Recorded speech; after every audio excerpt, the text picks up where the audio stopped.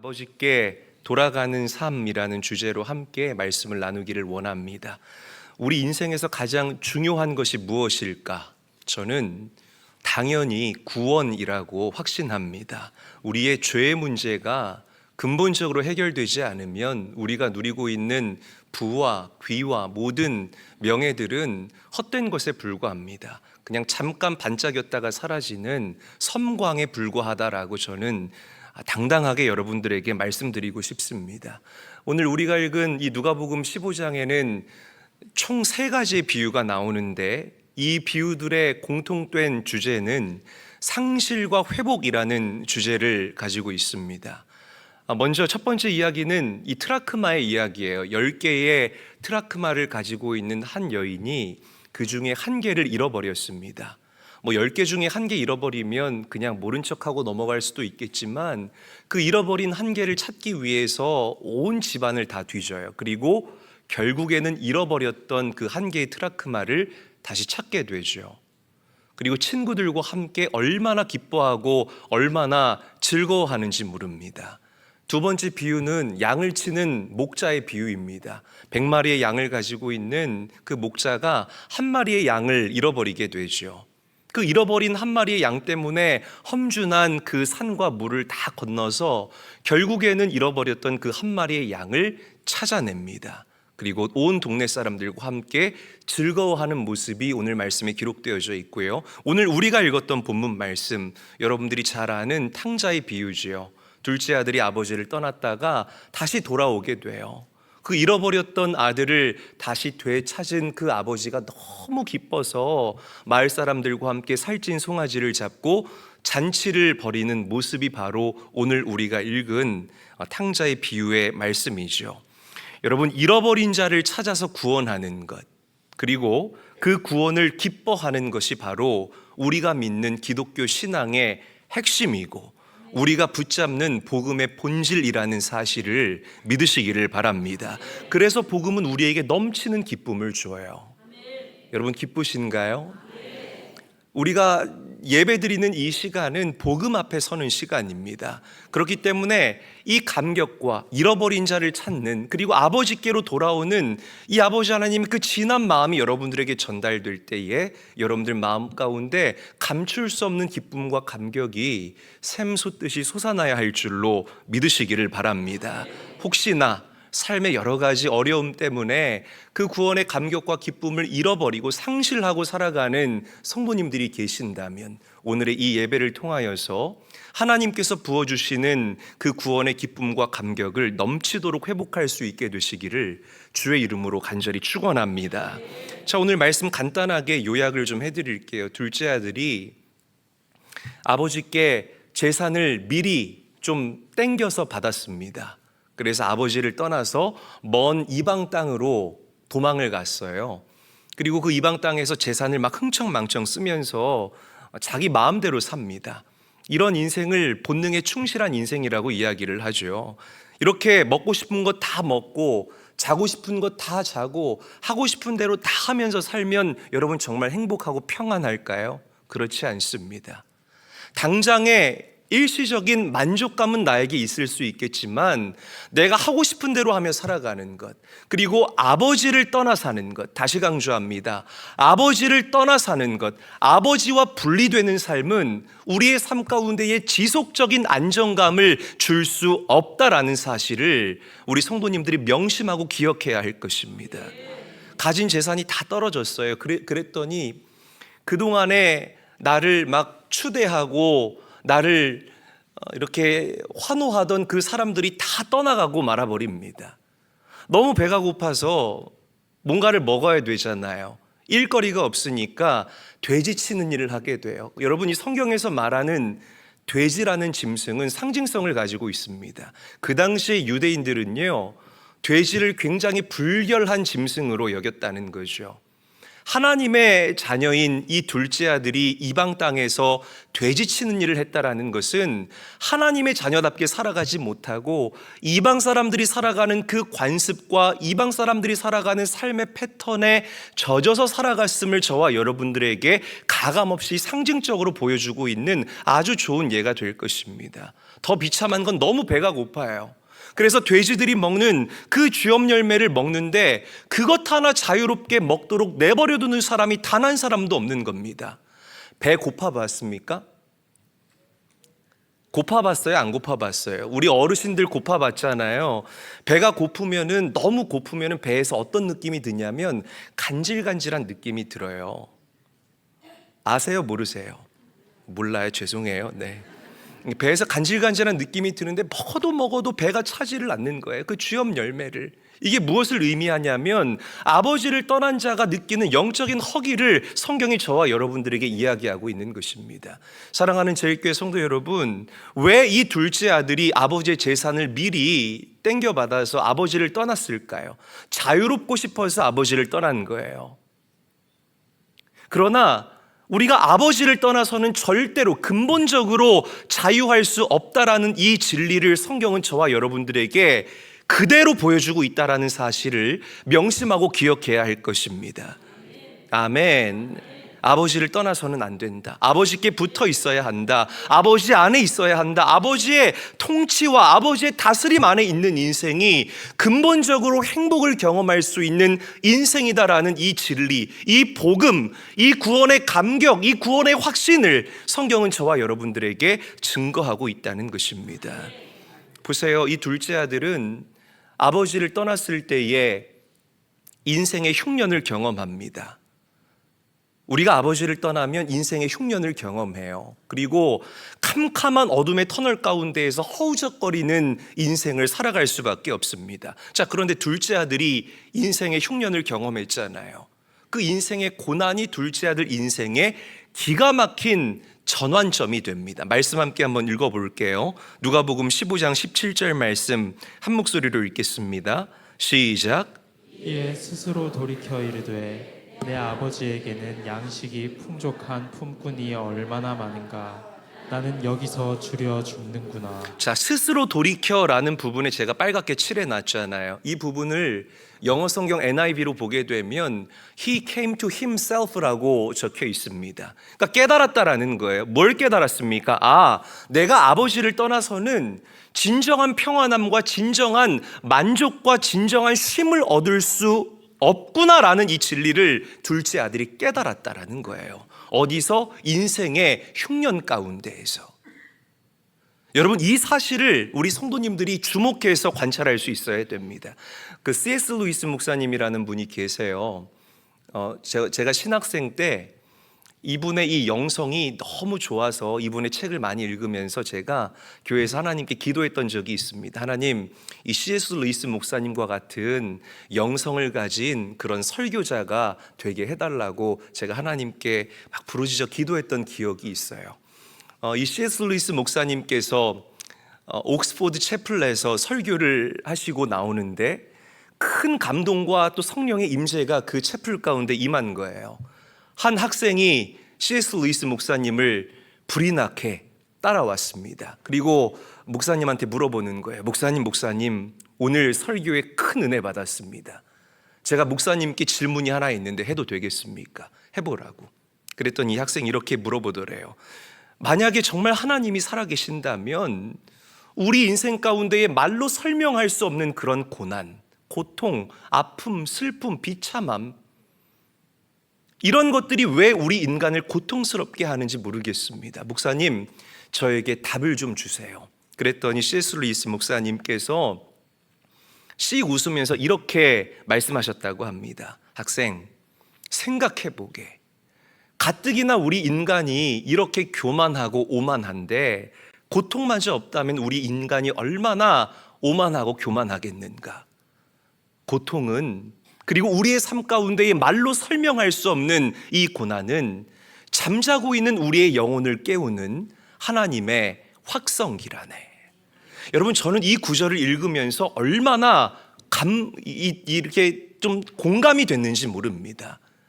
제가 언제 하나님 음성을 가장 많이 들었는가를 떠올려 보니까요, 인생의 가장 어두웠던 그 순간에 저는 하나님의 음성을 가장 선명하게 들었더라고요. 제가 언제 하나님을 가장 많이 찾았는가 하면 가장 힘들고 어려울 때, 정말 앞이 보이지 않을 만큼 캄캄한 그 어둠 가운데에서 헤매고 있을 때에 제가 하나님 앞에 온전히 섰더라고요. 사랑하는 제일교회 성도 여러분, 지금 고난과 고통의 터널을 통과하고 계신 분들이 이 자리에 있을지 모르겠습니다. 제일교회가 2025년도 블라썸이라는 키워드를 선포하면서 피어날 것입니다, 만개할 것입니다 라는 이 키워드를 선포했지만, 교회와 다르게 나는 지금 너무나 힘들고 어려운 어둠의 터널을 지나고 있는 성도님들이 있을 거예요. 그러나 그 고통 영원하지 않습니다. 믿으시면 아멘 합시다. 우리 제일교회 성도들은 그 고통 가운데에서 잠들어 있는 나의 영혼을 깨우는 하나님의 음성, 그 하나님의 목소리를 분별해서 들을 수 있는 깨어있는 믿음의 사람들이 되어야 할 줄로 믿으시기를 바랍니다. 그리고 하나님 앞에 온전히 서야 됩니다. 아버지께로 돌아가는 것, 고통에 매몰되는 것이 아니라 그 고통 가운데에서 나에게 말씀하시는 하나님의 음성을 듣고 하나님께로 다시 돌아가는 것, 그것이 우리가 회복을 경험할 수 있는 일체의 비결이라는 사실을 믿으시기를 바랍니다. 그런 은혜가 오늘 여러분들과 함께 계시기를 주의 이름으로 간절히 축원합니다. 구원이라는 것은 아버지께로 돌아오는 것입니다. 믿으십니까? 구원은 아버지께로 돌아가는 것이에요. 말씀 함께 한번 읽어볼게요. 누가복음 15장 20절 말씀 한 목소리로 읽겠습니다. 시작. 이에 일어나서 아버지께로 돌아가니라.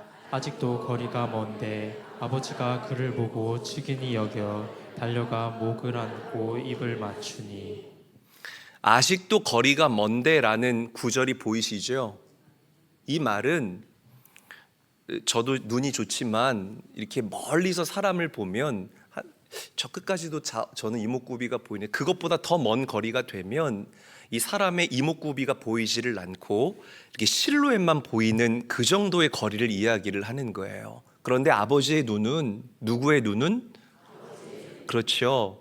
여러분들을 기다리시는 아버지의 눈은 그 실루엣만 봐도 아는 거예요. 아, 둘째구나. 내가 그렇게 기다리던 내 아들이구나.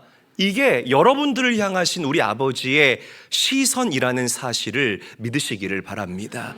자, 또 성경은 뭐라고 이야기를 합니까? 측은히 여겨 달려갔다. 집은 누가 나갔어요?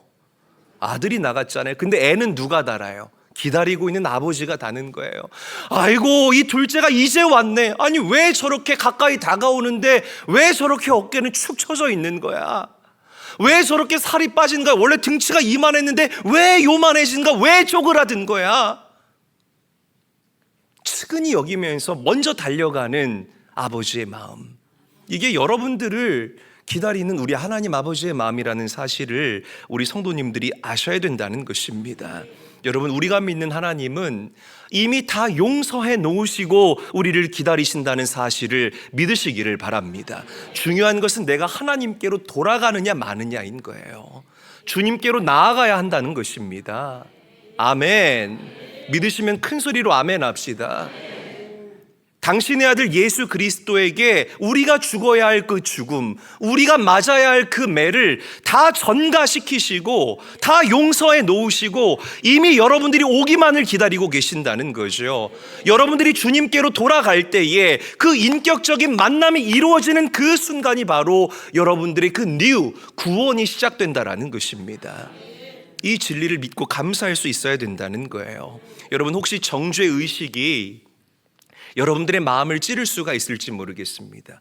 내가 이렇게 살았는데, 내가 이렇게 하나님을 부정했는데, 내가 이 고난 가운데에서 하나님 없다라고 얼마나 내 입술로 하나님을 부정했는가, 내가 얼마나 술하고 담배하면서 그렇게 허랑방탕하게 살았는가, 내가 이 면을 가지고 어떻게 하나님 앞에 설 수가 있는가. 그렇지 않아요.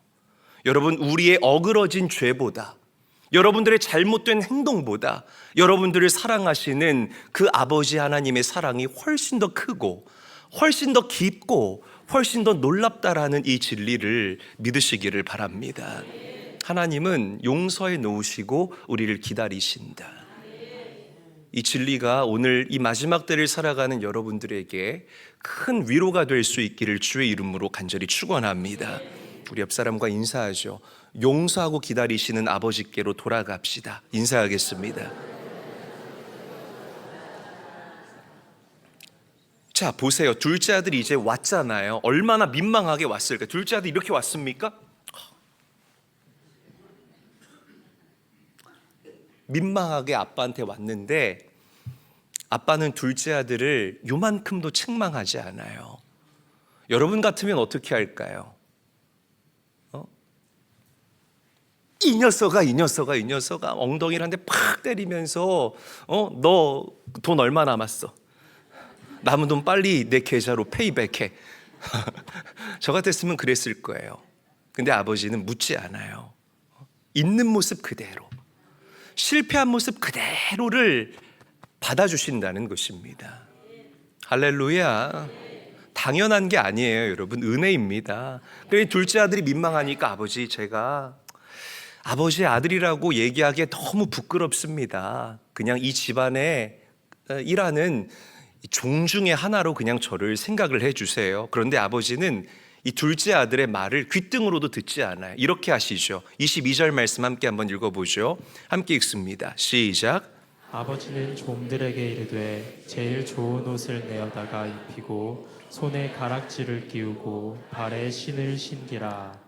보세요. 이 세 가지를 여러분들이 기억하셔야 되는데, 첫 번째는 옷을 갈아입혀 주시고, 두 번째는 가락지를 끼워 주시고, 세 번째는 신발을 신겨 주셨다라고 이야기를 합니다. 자, 먼저 이 옷은 뭘 상징하냐면 신분을 상징하는 거예요. 우리의 신분. 그러니까 이 옷을 다시 새 옷으로 갈아입혀 주셨다라는 것은, 아들아, 너는 내 아들이다. 너는 더 이상 종이 아니다. 무엇을 먹을까 입을까 마실까 이 집 저 집 기웃기웃 거리면서 돼지를 먹는 쥐염 열매만 주워 먹는 그런 존재가 아니라 나와 함께 누리고 나와 함께 기쁨을 나누는 나의 사랑하는 아들이 바로 너다 라는 이 기가 막힌 존재의 회복을 옷을 갈아입혀 주시면서 아버지께서 아들에게 선물하셨다는 것입니다. 가락지를 끼워 주셨잖아요. 이 반지가 상징하는 게 뭐냐면 언약을 상징하는 거예요. 결혼할 때 남자와 여자가 서로 반지를 끼워준다는 것이 무엇이냐면, 우리가 하나님과 사람 앞에 언약을 맺고 이제 둘이 아닌 한 몸이 되었으니 이 한 몸이 된 우리의 이 연합을 이 세상이 절대로 나눌 수 없습니다라는 약속을 상징하는 게 이 반지라는 거예요. 여러분 생각해 보세요. 이 아들이 그 이방 땅에서 이리 치이고 저리 치이고 먹어도 줄인 막 배가 간질간질한 그런 인생을 살아가면서 얼마나 아들로서의 자존감이 박살이 났겠습니까? 다시 반지를 끼워주신 아버지, 너는 나의 아들이다라는 이 언약과 아들의 무너진 자존감을 회복시켜 주시는 이 아버지의 사랑을 우리가 이 반지에서 발견할 수 있어야 됩니다. 신발을 다시 신겨주시잖아요. 그 당시에 이 맨발로 다니는 사람들은 종이나 노예들이나 맨발로 다녔다는 거죠. 이 신발을 다시 신겨주셨다는 것은 너는 내 아들이다라는 이 존재의 회복을 의미하는 것입니다. 그러니까 여러분 공통점이 있죠. 옷을 갈아입혀 주시고 반지를 끼워 주시고 신발을 신겨 주신 것, 이 세 가지의 공통점은 신분의 회복이라는 것. 한번 저를 따라하죠. 신분의 회복. 더 크게 한번 따라합니다. 신분의 회복. 여러분, 우리가요 일주일을 살아가다가 아버지께로 돌아오는 시간이 바로 이 시간이잖아요. 여러분들이 주님 앞에 돌아와서 서면 아버지께서는 여러분들의 신분을 온전하게 회복시켜 주시는 줄로 믿으시기를 바랍니다. 우리가 살아가면서, 저를 보세요, 우리가 살아가면서 온 매무새가 흐트러질 수 있어요. 이러고 살 수 있다는 거예요.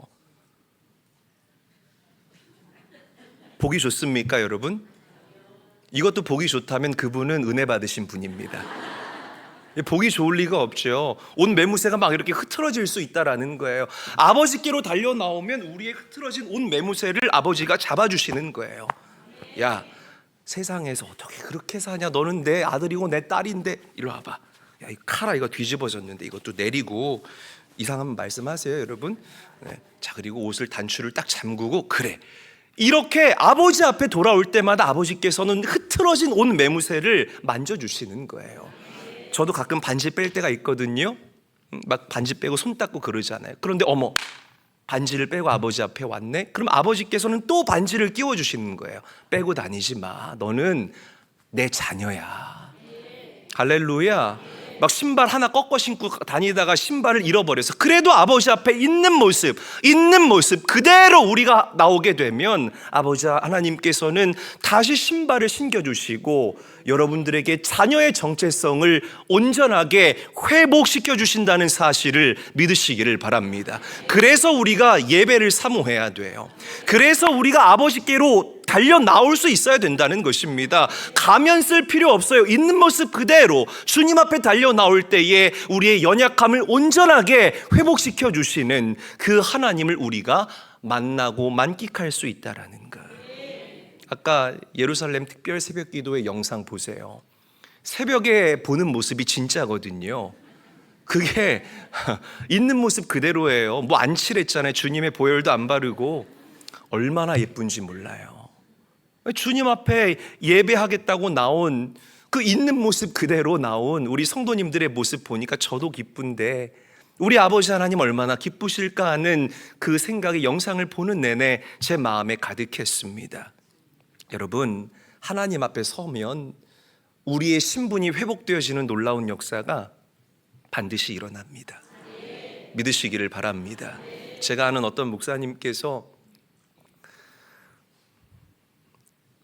유럽 코스타에 참석을 했는데 그 순서 중에 지적 장애 아이들이 나와서 연주하는 그런 시간이 있었다고 합니다. 뭐 바이올린, 뭐 첼로, 뭐 이런 여러 가지 악기들을 연주하는 시간이 있었다고 해요. 악기를 가지고 뭐 나름 훌륭하게 연주를 잘 했대요. 그랬더니 연주가 끝나자마자 모든 객석에서 목사님들과 또 그 코스타에 참석했던 모든 관객들이 일어나서 우레와 같은 박수를 치고 또 열화와 같은 성원을 보냈다고 합니다. 목사님도 막 일어나서 박수를 치는데 이 순간 성령 하나님께서 목사님에게 감동을 주시더래요. 이렇게 말씀하시더랍니다. 저 지적 장애 아이들의 연주를 듣고 기립박수를 치는 너의 이 모습이 바로 너희들을 향한 나의 모습이다. 여러분 보세요. 생각 한번 해보시기를 바랍니다. 우리가 아주 훌륭한 악기를 연주하는 아티스트들의 그 공연에 가면 그 선율 하나하나에 그 사람들의 인생과 그 사람들의 감정들이 묻어나잖아요. 얼마나 그 음악을 들을 때 감격적이고 감동스러운지 모르겠습니다. 그런데 이 지적 장애 아이들이 연주하는 이 연주가 완벽해서 이들이 일어나서 박수를 치고 갈채를 보냈을까요? 그렇지 않아요. 왜 미스터치가 없었겠습니까? 왜 삑사리가 나지 않았겠습니까? 여러분, 이 아이들은요, 자기 자리도 혼자 못 찾는 아이들이에요. 부모가 손을 잡고 데리고 나와서 아이들 자리 세워주고 어깨에다가 악기도 견착해줘야만 겨우겨우 낑깡낑깡 소리내는 그 정도 수준의 아이들이라는 거죠. 왜 이 아이들의 연주를 듣고 많은 사람들이 감격하고 감동을 받았을까요? 장애가 있음에도 불구하고 그것을 뛰어넘어서 연주를 해냈기 때문이라는 것입니다. 여러분, 하나님께서 여러분들을 보실 때에 그렇게 바라보신다는 거예요.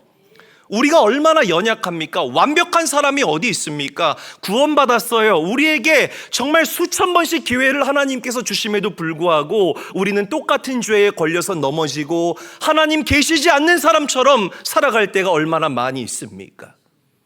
우리의 찬양은 얼마나 제한적이며 우리의 기도는 얼마나 이기적이며 우리의 헌신은 얼마나 자기중심적인지 모르겠습니다. 이런 연약한 우리들, 이런 나약한 저와 여러분들, 이런 저와 여러분들을 바라보시고 하나님께서는 감격하셔요. 여러분들이 그 온전하지 못한 입술로 찬양할 때, 저 입만 열면 가요 부르던 승환이가 입술을 열어서 찬양하네? 하늘 보좌에서 예수님이 벌떡 일어나서 박수와 갈채를 여러분들에게 보내주시는 거예요. 야, 입만 열면 저렇게 상소리하던 암흑의 권사님이 입을 열어서 전도하네. 할렐루야. 야, 저렇게 이기적이던 사람이 이제 내 앞에 와서 엎드려서 기도하네. 야, 저 말 더듬던 이재일 목사가 이 강대상에서 또박또박 예수 그리스도와 그 십자가의 복음에 대해서 담대하게 증거하네. 하나님께서는 모자라지만 그래도 이 믿음의 행동, 주님 앞에 달려나오기 위해서 애쓰고 몸부림치는 저와 여러분들의 모습을 보고 감격하시고 감동하신다는 겁니다. 꾸며낼 필요가 없어요, 여러분. 할렐루야. 너무 잘하려고 하실 필요가 없다는 것입니다. 연약함 그대로, 있는 모습 그대로 주님 앞에 달려 나올 때에 둘째 아들을 받아주셨던 그 아버지 하나님의 마음, 하나님께서 여러분들을 용납하시고 받아주시고 여러분들을 칭찬하여 주시고 격려하여 주실 줄로 믿으시기를 바랍니다. 그 은혜를 경험할 수 있게 되기를 바랍니다. 하나님의 위로와 격려. 아멘. 그래서 폴 틸리히라는 유명한 신학자가 있습니다. 아마 들어보신 분들이 계실 거예요. 그분의 설교 가운데 We are accepted라는 설교가 있습니다. 우리는 용납됐다라는 뜻인 거죠. 이 제목만 들어도 여러분, 저는 목사로서 얼마나 가슴이 떨리는지 몰라요. 우리 옆 사람 바라보면서 진실되게 인사합니다. 당신은 용납받았습니다. 인사하겠습니다. 이 2025년도 블라썸의 해, 나를 용납하시는, 나를 받아주시는 그 하나님의 크신 은혜와 사랑을 넘치도록 경험할 수 있게 되시는, 제가 정말 사랑하는 우리 교회와 모든 성도님들 다 될 수 있기를 우리 구주 예수님의 이름으로 간절히 축원합니다.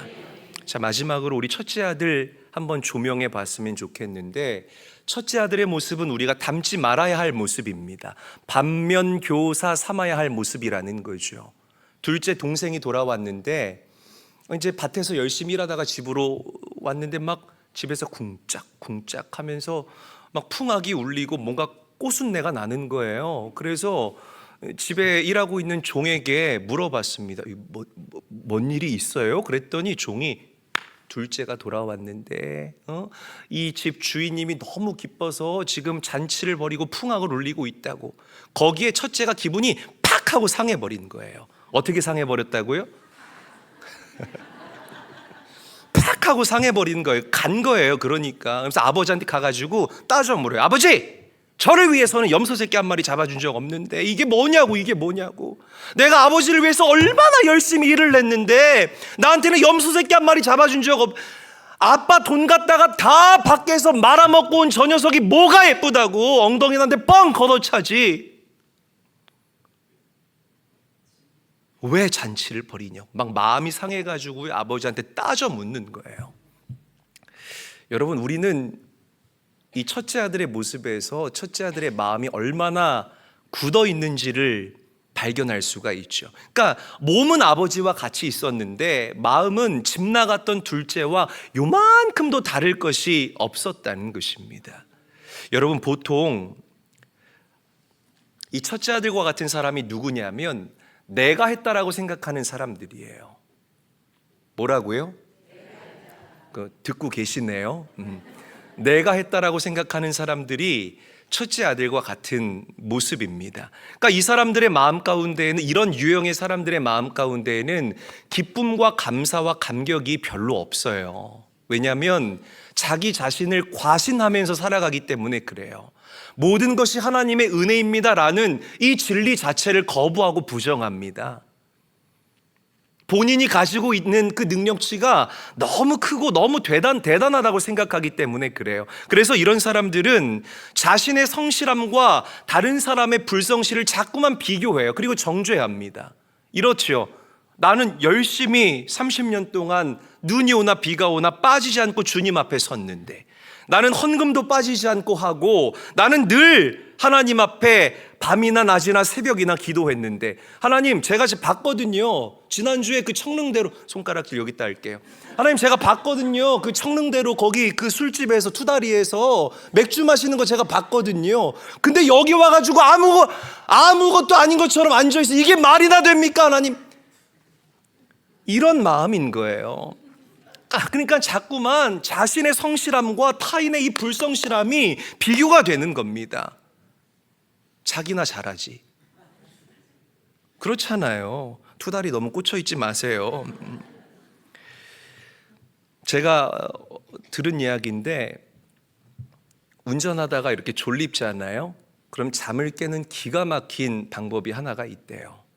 뭐냐면 옆에 사람이 타고 있으면 옆에 앉은 사람과 다른 사람 욕을 하면 기가 막히게 잠에서 깬다고 합니다.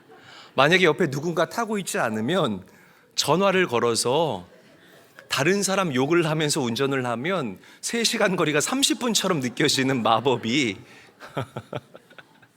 아무리 좋은 설교도 1시간이 넘어가면 우리 성도님들 요단강 기슭까지 가시잖아요. 건너야 되나 말아야 되나 막 고민이 되고 그렇지 않습니까? 그런데 남의 욕을 하게 되면 밤을 새워도 모자란다라는 그런 이야기가 있습니다. 사랑하는 제일교회 성도 여러분, 이렇게 인색한 마음, 그리고 남을 험담하고 똑같은 영혼이잖아요. 하나님 앞에서 우리가 잘나봐야 그 밥의 그 나물이죠. 도토리 키재기 50보 100보 아니겠습니까? 그런데 자꾸만 나의 성실함과 다른 사람의 불성실함을 비교하면서 타인을 정죄하는 모습은 여러분들의 영혼을 파괴하는 무서운 독소가 될 수 있다는 사실을 명심하고 기억해야 할 것입니다. 자, 우리 이 말씀 읽어볼게요. 누가복음 15장 31절 한 목소리로 읽을게요. 시작. 가 이르되 예 너는 항상 나와 함께 있으니 내 것이 다 내 것이로되. 다시 한번 읽어봅니다. 저와 함께 읽어볼게요. 시작. 아버지가 이르되 예 너는 항상 나와 함께 있으니 내 것이 다 내 것이로되. 아멘. 자, 우리 빨간 글씨만 읽어봅니다. 시작. 내 것이 다 내 것이로되. 저는 이 표현이 얼마나 좋은지 몰라요. 전지하시고 전능하신 천지를 지으신 그 하나님 아버지께서 당신의 소유를 저와 나누시겠다. 아니요, 나누는 게 아니라 다 너 것이다라고 소유권을 이전해 주신 거예요. 할렐루야. 이렇게 좋을 때만 아멘 크게 하시네요. 우리 소유권 이전에 죽잖아요. 그렇잖아요. 소유권을 이전해 주셨다.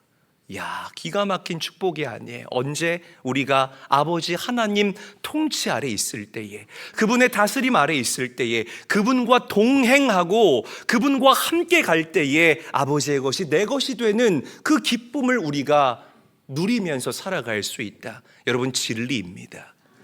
아버지를 떠나지 마시기를 주의 이름으로 간절히 축원합니다. 이 진리를 굳건하게 붙잡으시면서 불확실성이 가중되는 이 시대와 이 사회 가운데에서 중심을 잡으시고 주님과 동행하는 그 기쁨과 은혜를 누리며 살아갈 수 있게 되시기를 주의 이름으로 간절히 축원합니다. 말씀을 정리하겠습니다. 구원은 아버지 하나님 안에서 누리는 기쁨이 구원이에요. 천국은 꼭 우리가 죽어서만 가는 곳이 천국이 아니라 주님과 함께 동행하는 그곳이 천국이고요. 내 삶 가운데서 주님이 빠져나가면 그게 지옥인 겁니다. 기억하시기를 바랍니다. 늘 하나님 안에 거하셔서 여러분들 안에 하나님께서 부어주시는 구원의 기쁨과 감격이 충만할 수 있게 되시기를 주의 이름으로 간절히 축원합니다.